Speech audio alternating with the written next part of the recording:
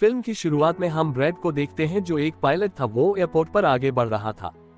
साथ ही वो अपनी बेटी से वीडियो कॉल पर बात भी कर रहा था। वो उससे कहता है कि मैं काम खत्म करके जल्दी तुमसे मिलने आऊंगा, जिससे वो खुश हो जाती है।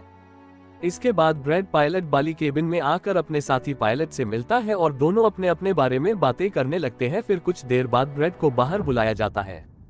एक ऑफिसर उसे बताता है कि इमरजेंसी की वजह से तुम्हें एक कातिल को अपने साथ ले जाना पड़ेगा जो बहुत ही ताकतवर है, जिसका नाम टोनी है। ये जिम्मेदारी हम तुम्हें इसलिए दे रहे हैं क्योंकि तुम काफी समझदार हो। जिस पर वो मान जाता है। अपने प्लेन के बाकी स्टाफ से आकर मिलता है और ये लोग मुसाफिरों के बारे में बात करने लगते हैं कि सब आ गए हैं कि नहीं। और जैसे ही सारे मुसाफिर आकर अपनी जगह पर आकर बैठ जाते हैं तो ये लोग अपनी उड़ान भरते हैं। ब्रैड अपने साथी पायलट को बताता है कि मैं अपनी बेटी से बहुत प्यार करता हूं और बहुत जल्द उससे मिलने वाला हूं।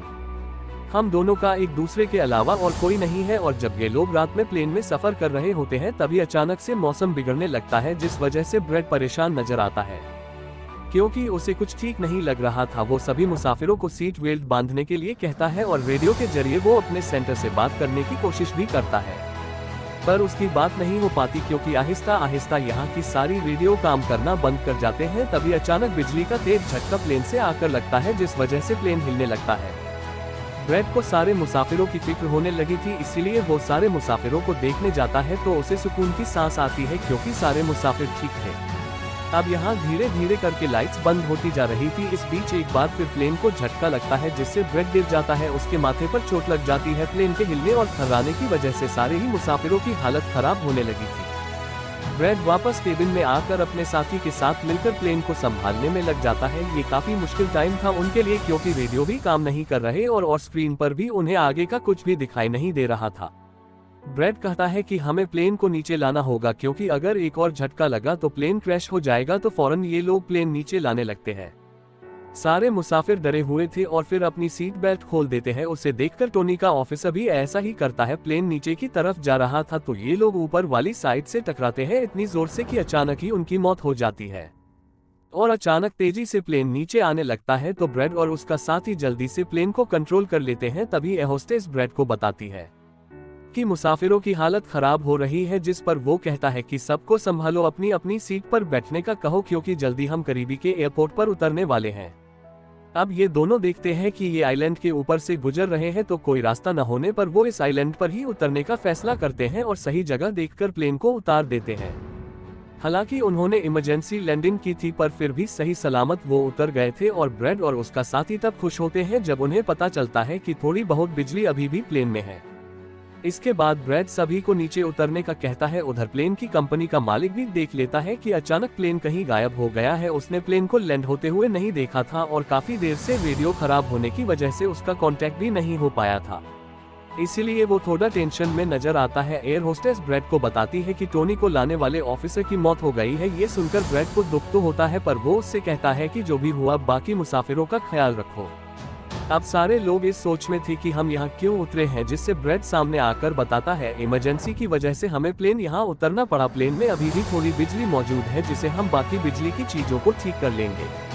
तब तक आप लोग यहाँ आराम से रहो, आपको खाना पानी मिलेगा और रहने की जगह भी। आप लोग घबराओ नहीं, हम बहुत जल्द ही यहाँ से निकल जाएंगे। और फिर प्लेन कंपनी के मालिक की मुलाकात एक रेस्क्यू एक्सपर्ट से होती है जो ऐसी लोगों को खोज निकालने का काम करता था, जो मुश्किल में फंसे लोगों को निकालने का काम करता था। कंपनी का मालिक उसे कहता है कि मुझे मेरे प्लेन की सारी डिटेल्स, जैसे कि वह कहाँ गया, उसके वक़्त को, मुसाफिरों की सबकी जानकारी चाहिए। अब ब्रैड प्लेन के पास आकर उसे ठीक करने में लग जाता है और वो देखता है कि प्लेन में पावर बिजली काफी कम है, इसलिए इनको इंतजार करना होगा क्योंकि रेडियो भी अभी काम नहीं कर रहे हैं। और इस बारे में अपने साथी पायलट को बताता है तो उसका साथी नक्शा देखकर बताता है कि हम एक प्राइवेट आइलैंड पर फंसे हुए हैं। ये कोई आजाद जगह नहीं है, बल्कि यहाँ एक प्राइवेट आर्मी का कब्जा था जो बुरे लोग थे क्योंकि उसमें के सारे आतंकवादी होते हैं और उन्होंने हमें कोई भी नुकसान पहुँचाया तो गवर्नमेंट भी हमें नहीं बचा पाएगी। ये सुनकर ब्रैड कहता है अब कैसे भी करके हमें अपनी रेस्क्यू टीम को यहाँ बुलाना होगा कि वो आकर हम सबको को बचा ले क्योंकि यही एक रास्ता है यहाँ से निकलने का। अब ब्रैड सबके पास आकर उन्हें बताता है कि किसी खराबी की वजह से रेडियो अभी भी काम नहीं कर रहा है। ये सुनकर सारे लोग काफी परेशान हो जाते हैं। ब्रैड उन्हें तसल्ली देता है जबकि आइलैंड की दूसरी साइड पर जाकर रेडियो ढूंढेंगे और अपनी टीम से रेस्क्यू टीम को यहाँ भेजने के लिए कहेंगे, जो आकर आप सबको बचा लेंगे और मेरे साथ टोनी जाएगा। ये कहकर वो टोनी की हथकड़ी खोल देता है और ये लोग आगे बढ़ जाते हैं। अब हम प्राइवेट आर्मी यानी जो बुरे लोग थे उनके हेड को देखते हैं, जिसके पास एक आदमी आकर बताता है कि यहाँ आइलैंड पर एक प्लेन आकर रुका है इमरजेंसी की वजह से। उसके अंदर बहुत सारे लोग हैं जो अलग अलग देश के हैं। ये सुनकर प्राइवेट आर्मी का हेड उसे पैसे देता है इस जानकारी को देने के लिए और तुरंत अपनी टीम को तैयार होने को कहता है। अब शायद ये लोग उनको लूटने के इरादे से जाने वाले थे। आइलैंड के जंगल में ब्रेड और टोनी आगे बढ़ रहे होते हैं। टोनी ब्रेड से पूछता है कि तुमने मुझे आजाद क्यों किया और अब लेकर कहाँ जा रहे हो। तभी ब्रेड उससे कहता है क्योंकि मैं तुम्हारी वजह से सबको खतरे में नहीं डाल सकता है और यहाँ एक खतरनाक प्राइवेट आर्मी है जिसका मेरे साथ मिलकर तुम्हें सामना करना है। और फिर वो बहुत सारे सवाल ब्रेड से करता है और फिर अचानक चुप हो जाता है। तो फिर पीछे मुड़कर देखता है तो टोनी वहाँ नहीं था, वो गायब हो गया था। उधर रेस्क्यू एक्सपर्ट टीम की जानकारी निकालने में लग जाता है। एक वीडियो में वो ब्रेड को देखता है जो झगड़ते हुए मुसाफिर से लड़कर उसे काफी मारता है। अब उसको लड़ते और मारते देखकर रेस्क्यू एक्सपर्ट काफी खुश हो गया था, जिसके बाद वो प्राइवेट कंपनी के लीडर से बात करता। वो कहता है कि आप लोग तैयार रहिए, कभी भी आपकी जरूरत पड़ सकती है, जिस पर वो तैयार जाता है। जंगल में आगे बढ़ते हुए ब्रेड एक खाली पड़ी फैक्ट्री में जाता है जहां वो एक बंद रेडियो मशीन ले लेता है और फिर उसे ठीक करके फोन लगाता है। हेल्पलाइन पर उसकी बात होती है जिन्हें वो प्लेन और इस आइलैंड के बारे में बताता है, लेकिन लाइन में कोई गड़बड़ी होने की वजह से सामने वाला इंसान उसकी बात सुन ही नहीं पाता। तब उसे एक आइडिया आता है। वो ये सारी चीजें अपनी बेटी को लिखवाकर उसे अपनी ऑफिस में बताने को कहता है। तभी एक आदमी आकर ब्रेड पर हमला कर देता है। तब वो उसे पकड़कर कॉफी मारता है और बेहोश कर देता है। तभी ब्रेड को महसूस होता है जैसे इस कमरे में कोई आ रहा है, इसलिए जल्दी से वो छुप जाता है। पर वहां और कोई नहीं बल्कि टोनी था, जिसने बहुत सारे गुंडों को मारकर उनके हथियार ले लिए थे। टोनी ब्रेड को आवाज लगाने लगता है और ब्रेड सामने आता है तो कुछ हथियार वो उसे भी दे देता है। उसके बाद ये दोनों नीचे की तरफ आने लगते हैं। तब यहाँ उन्हें एक कैमरा मिलता है जिसमें एक वीडियो से उन्हें पता चलता है कि वो खतरनाक प्राइवेट आर्मी यह आने वाले लोगों को अगवा करती है और फिर उन लोगों की फैमिली से अच्छी खासी रकम लेती है उन्हें छोड़ने के बदले में। ये देखकर वो समझ जाते हैं कि हमारे मुसाफिर भी खतरे में है। अब ये दोनों बाहर खड़ी गाड़ी में आकर बैठ जाते हैं और अपने मुसाफिरों की तरफ जाने लगते हैं। सारे मुसाफिर बैठे हुए थे। तभी उन्हें किसी गाड़ी की आवाज आती है। यह सोचकर काफी खुश हो जाते हैं कि वो ब्रेड है, पर वो ब्रेड नहीं, वहां तो वो खतरनाक प्राइवेट आर्मी थी। वो गोलियां चलाते हुए इन लोगों की तरफ बढ़ रहे थे और गोलियों की आवाज ब्रेड और टोनी ने भी सुन ली थी। प्राइवेट आर्मी का हेड पायलट से सभी मुसाफिरों की लिस्ट मांगता है तो जल्दी से एयर होस्टेस उसे लिस्ट लाकर दे देती है। तब हेड पूछता है कि तुम्हारे सीनियर पायलट ब्रेड कहां पर है, जिस पर वो बताते हैं वो किसी काम से जंगल में गया था पर अभी तक वापस नहीं आया। इसी दौरान एक औरत वहां से भागने की कोशिश करती है पर वो लोग गोली चलाकर उसे मार देते हैं।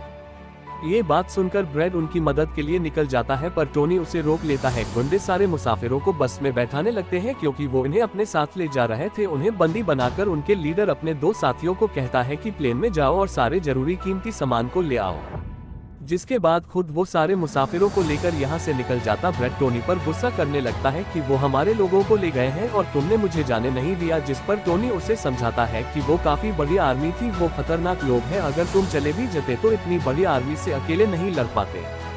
अब ये दोनों आगे बढ़ जाते हैं और उन दोनों गुंडों को पकड़ लेते हैं जो प्लेन से कीमती सामान ले जा रहे थे। ब्रेड गन पॉइंट पर उनसे पूछता है कि तुम्हारा हेड मुसाफिरों को लेकर कहाँ गया है, जिस पर वो बताता है कि यहाँ एक खाली फैक्ट्री है, वहीं गए होंगे। अब रेस्क्यू एक्सपर्ट को ब्रेड की बेटी से उधर की साजिश का पता चल गई थी, यानी कि उनका प्लेन एक आइलैंड पर फंसा हुआ है और साथ ही वहाँ काफी खतरनाक प्राइवेट आर्मी भी है। वो इस बारे में प्लेन कंपनी के मालिक को बताता है और कहता है कि फौरन अपनी प्राइवेट रेस्क्यू टीम को भेजो। फिर ये लोग जैसे तैसे करके उस आइलैंड और उस प्लेन को ढूंढ ही लेते हैं और फिर इनके बीच फैसला होता है कि प्राइवेट टीम का लीडर सबसे पहले वहां जाएगा अपनी टीम के साथ। उधर गाड़ी के जरिए ब्रेड और टोनी उसी फैक्ट्री की तरफ जा रहे थे, जिसके पास पहुंचकर ये चुपके से अंदर घुस जाते हैं, जहां वो गुंडे मुसाफिरों की वीडियो बना रहे थे, यह दिखाने के लिए कि कौन सा मुसाफिर किस कंट्री से है। अब प्राइवेट टीम भी प्लेन के पास पहुंच जाती है। इन्हें जब वहां कोई नहीं दिखता तो टीम का लीडर प्लेन के अंदर जाकर चेक करता है, जहां 2 लोगों की लाशें थी और इसके अलावा इसको वहां ब्रेड का छोड़ा हुआ मैसेज भी मिल जाता है जो कि उस फैक्ट्री तक आने का रास्ता था। फैक्ट्री में दोनों छुपकर उन गुंडों पर नजर रखे थे, जिनमें से 2 लोगों को पीछे से आकर पकड़ लेते हैं और मुंह बंद करके उनका दम घोट देते हैं, जिससे उनकी मौत हो जाती है। फिर ये खुफिया दरवाजे से आगे बढ़ते हैं, उसी कमरे के पास पहुंच जाते हैं और उस कमरे के अंदर ही सारे मुसाफिरों को कैद किया हुआ था। वहां बहुत सारे गार्ड खड़े हुए थे जिन्हें देखकर टोनी को काफी गुस्सा आ जाता है, इसीलिए वहां पड़ा हथौड़ा उठाकर एक एक करके सभी को मारता जाता है। फिर ब्रैड एक गुंडे से चाबी लेकर उन सारे मुसाफिरों को आजाद कर देता है। वो फिर सबसे कहता है कि जल्द से जल्द प्लेन के पास पहुंच जाओ, क्योंकि रेडियो के जरिए उन्होंने मदद मंगवाई है, रेस्क्यू टीम आती ही होगी। उसके के बाद वो सब लोगों को बस में बिठा देता है और टोनी उसके पास आकर बताता है कि वहां बाहर बहुत सारे गुंडे खड़े हुए हैं, तो हम यहां से नहीं निकल सकते। वो जब मुसाफिरों को परेशान देखता है तो कहता है कि मैं उन गुंडों का ध्यान भटकाऊंगा और फिर तुम सभी मुसाफिरों को यहां से ले जाना। ये कहकर ब्रैड वहां से निकलकर गुंडों के पास आता है, उनके हेड से बात करता है और कहता है कि मेरी टीम यहाँ आ रही है, इसीलिए तुम मेरे सारे मुसाफिरों को छोड़ दो। तभी गुंडे आकर उसे मारने लगते हैं और उनका हेड कहता है कि ऐसे कैसे मैं किसी को छोड़ दूं, पैसों के बगैर मैं किसी को नहीं छोड़ता। जिसके बाद वो जैसे ही ब्रैड को मारने वाला होता है तभी प्राइवेट टीम यहाँ आकर उन पर हमला कर देती है। काफी गोलीबारी होती है जिसमें काफी गुंडे मारे जाते हैं। जिसके बाद वो ब्रैड को लेकर यहाँ से जाने लगते हैं और बस में बैठकर निकल जाते हैं। गुंडों को लीडर देखता है कि बाकी गुंडों के साथ साथ मेरा भाई भी मारा गया है, तो उसे काफी गुस्सा आता है, इसीलिए वो टीम स्व कहता है जल्दी सबको पकड़ो, यहाँ पर किसी को भी मत छोड़ना, एक को चुन चुन कर मार देना। गाड़ी में ब्रैड उस प्राइवेट टीम से बात करने लगता है तो उनका हेड उन्हें बताता है कि हम छोटी सी प्राइवेट टीम है जो बस तुम्हें बचाने के मिशन में यहाँ आए हैं, क्योंकि हम कोई रेस्क्यू टीम नहीं है, उन्हें आने में तो अभी भी वक्त है। ये सुनकर ब्रैड घबरा तो जाता है पर कहता है कोई बात नहीं, मेरे पास एक आइडिया है। उसके बाद ये लोग प्लेन के पास आ जाते हैं जहां सारे मुसाफिरों को टोनी पहले ही ला चुका होता है। ब्रैड फिर अपने लोगों को कहता है एक प्राइवेट टीम हमारी मदद करने आ गई है और अब उनकी मदद से प्लेन को चला लेंगे और फौरन यहाँ से निकल जाएंगे, तो आप सब लोग जल्दी से प्लेन में बैठ जाओ, क्योंकि हम रेस्क्यू टीम का इंतजार नहीं कर सकते, उन्हें आने में वक्त है और अगर हम यहाँ रुके तो उस खतरनाक आर्मी के हाथों मारे जाएंगे। ये सुनकर सारे लोग प्लेन में बैठ जाते हैं, जबकि ब्रैड प्राइवेट टीम के लीडर के साथ मिलकर प्लेन को ठीक करने में लग जाता है। तब गुंडे आकर इन पर हमला कर देते हैं, जिनको देखकर प्राइवेट टीम उन्हें रोकने में लग जाती है और यहाँ दोनों तरफ से ही काफी गोलीबारी होती है, पर इस टीम के पास काफी अच्छी गन्स थी तो ये दूसरे गुंडों को मार गिराते हैं। ब्रैड लीडर को बताता है कि मैं अगले 5 मिनट में प्लेन को स्टार्ट कर दूंगा, जिसके बाद हम सब लोग उड़ान भरेंगे। फिर वो टोनी का शुक्रिया भी अदा करता है कि तुमने मेरा इतना साथ दिया भी, पर ब्रैड गोलियों के बीच से होता हुआ अंदर आकर बैठ जाता है और अपने साथी पायलट के साथ मिलकर प्लेन चलने लगता है। टोनी की गोलियां खत्म हो गई थी और जब वो प्राइवेट टीम का बैग चेक करता है तो उसे पैसों से भरा हुआ एक बैग मिलता है।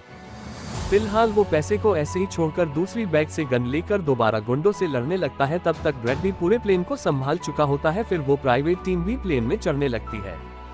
ब्रैड को प्लेन कंपनी का मालिक बताता है मैं तुम्हें कोई महफूज जगह बता दूंगा जहां तुम जा सकते हो। फिर सभी लोग प्लेन में चढ़ जाते हैं, पर टोनी नहीं चढ़ता। वो पैसों से भरा बैग लेकर वहां से भागने लगता है। तब उसे जाता हुआ देखकर प्राइवेट आर्मी उनके प्लेन पर हमला कर देती है। उनका हेड प्लेन के सामने रॉकेट लॉन्चर लाकर उन्हें एक झटके में उड़ाने का सोच रहा था, लेकिन टोनी उसे देख चुका था। वो उसे गोली मारकर गिरा देता है, प्लेन को तबाह करने से रोक लेता है। ये देखकर ब्रैड को बहुत खुशी होती है, जिसके बाद वो अपनी पूरी ताकत लगाकर प्लेन उड़ाने में कामयाब हो जाता है।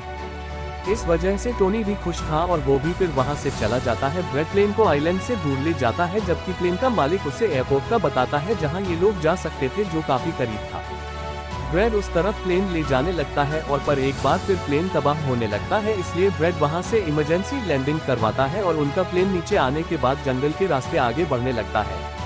सब लोगों की जान बच गई थी, इसीलिए वो काफी खुश थे और प्लेन कंपनी का मालिक और उसकी टीम भी काफी खुश थी। अब ब्रैड और उसका साथी भी सुकून की सांस लेते हैं, क्योंकि वो उस आइलैंड से तो निकल आए थे और सबकी जान भी बच गई थी और कुछ ही देर में इनकी रेस्क्यू टीम भी आ जाती है, जिन्हें देखकर सारे मुसाफिर खुश हो गए। साथ ही ब्रैड की बहादुरी पर तालियां बजा रहे थी। ब्रैड फिर सारे मुसाफिरों को रेस्क्यू टीम के साथ भेज देता है, जिसके बाद वो अपनी बेटी से बात करता है। वो इस बात से काफी खुश थी कि उसके डैड जिंदा है। दोनों बाप बेटी बात करके बहुत खुश हो गए और इसी के साथ यहीं पर ये मूवी भी खत्म हो जाती है।